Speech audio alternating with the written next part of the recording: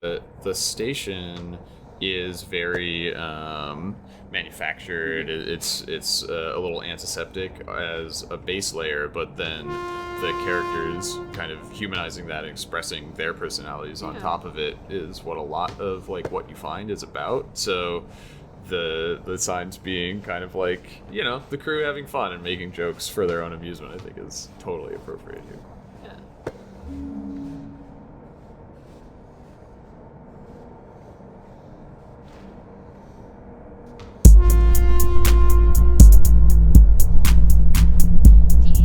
I don't remember exactly how it started, but I feel like the team colors and specifically the design of the basketball backboard were definitely left up to you. So Yes. I want to know about these backboards because I absolutely love them. We needed ones that were basically sort of symmetrical, that you could approach a basketball hoop from both up and down. So this is just like, you know, the most obvious approach to it, but it works, right? And if something works in a video game where you're flying around in zero G, then like maybe stick with that. Don't make it convoluted. Like don't make it any more than it needs to be.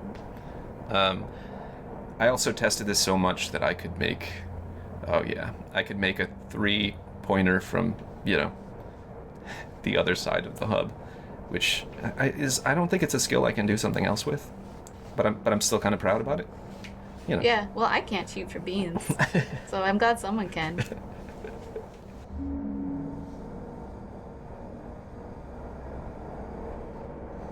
Here we are in the hub.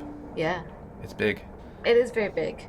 Actually, that was one of my concerns when we sort of first started making the hub, was that, like, you know, you just sort of get thrown into this giant space. Mm-hmm. There's a lot going on. There's little guys flying around. It's one of the only spaces in the entire game that feels very spaceship to me. Yeah. You go from here to a space that feels a lot more terrestrial, that feels a lot more grounded, and it's easy to get around, and you tend not to lose your bearings. And we help the player move through the space with, you know, landmarking and lighting and stuff. And then you come back to here after that, and you're like, oh, I'm in space. Oh yeah, I remember. Yeah. Here I am in space weird. again, and it's disorienting and it's weird. It's kind of unsettling.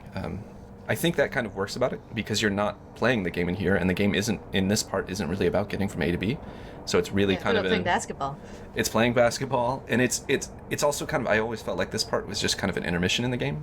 You like come here to kind of take a breath after, you know, a long bit of story, and it's a fairly empty, quiet float, which I really liked.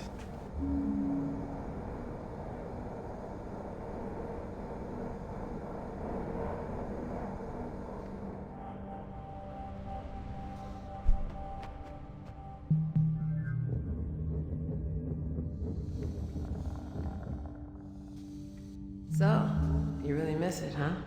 Well, it just seems like it'd be strange being back on Earth already, after only a year up here. Really? After all I've had to hear from you about the conditions VT has us working under? Yeah, but there's that. And then there's this.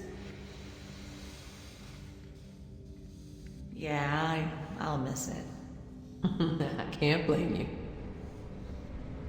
So, whether you're getting renewed or not, did you submit your yearly crew member report? No. Yeah, me neither. Yeah, I think I might go get that done. Okay, yeah. I probably should too. Oh my god, wait. Is today Obsolescence Day? Yeah. Didn't Odin give you a job to do? No. A computer playing favorites. Oh, wonders never cease.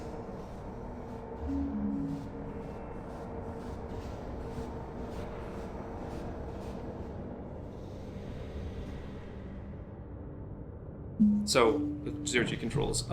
You are a little floating ball in space. Is that accurate? Yeah. You're generally a cylinder walking around, but when you're floating around, you're a sphere, so you don't bump your feet or head into things when you wouldn't expect to. In theory, your feet are floating out behind you and not getting in the way.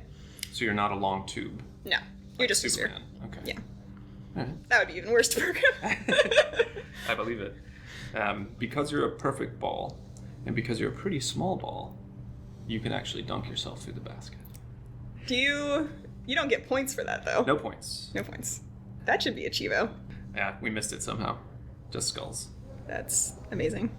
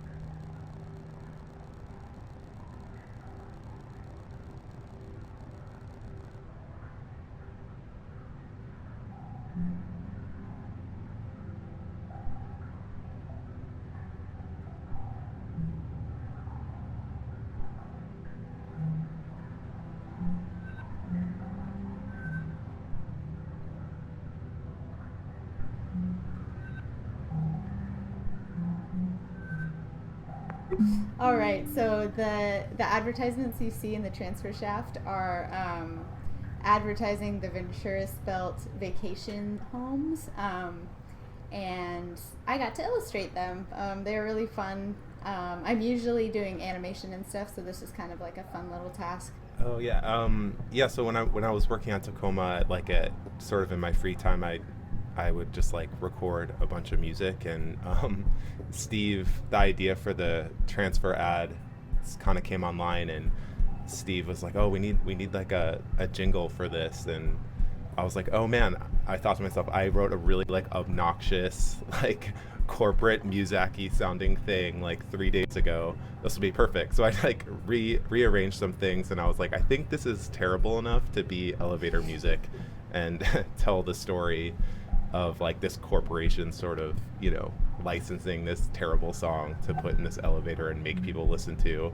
And so I think it was pretty effective, but I just love how humble Noelle's being, because like Noelle did animation on the game, but also she's a really amazing illustrator, and like does that on the regular. So I just feel like I have to kind of shout her out as being a really amazing illustrator, and she's just being super humble.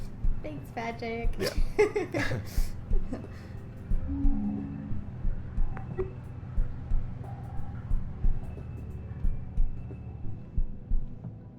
Typically, Steve, who's the main writer, will send me a description of technical requirements for any given sort of game object, any thoughts he has about like the basic look of it. And in this case, the sync device had to feel like this, like sort of like a heavy-duty industrial object. Like he mentioned when he was talking to me initially about like early beige Apple products, kind of like the Apple II. And it couldn't have any buttons, as you will know, because the moment there's a button is the moment you as a player, you want to press that button, right? And so if we can't pay off a button, generally we don't put a button in, or we steer away from it. So that's why you won't find many or any buttons in Tacoma Station.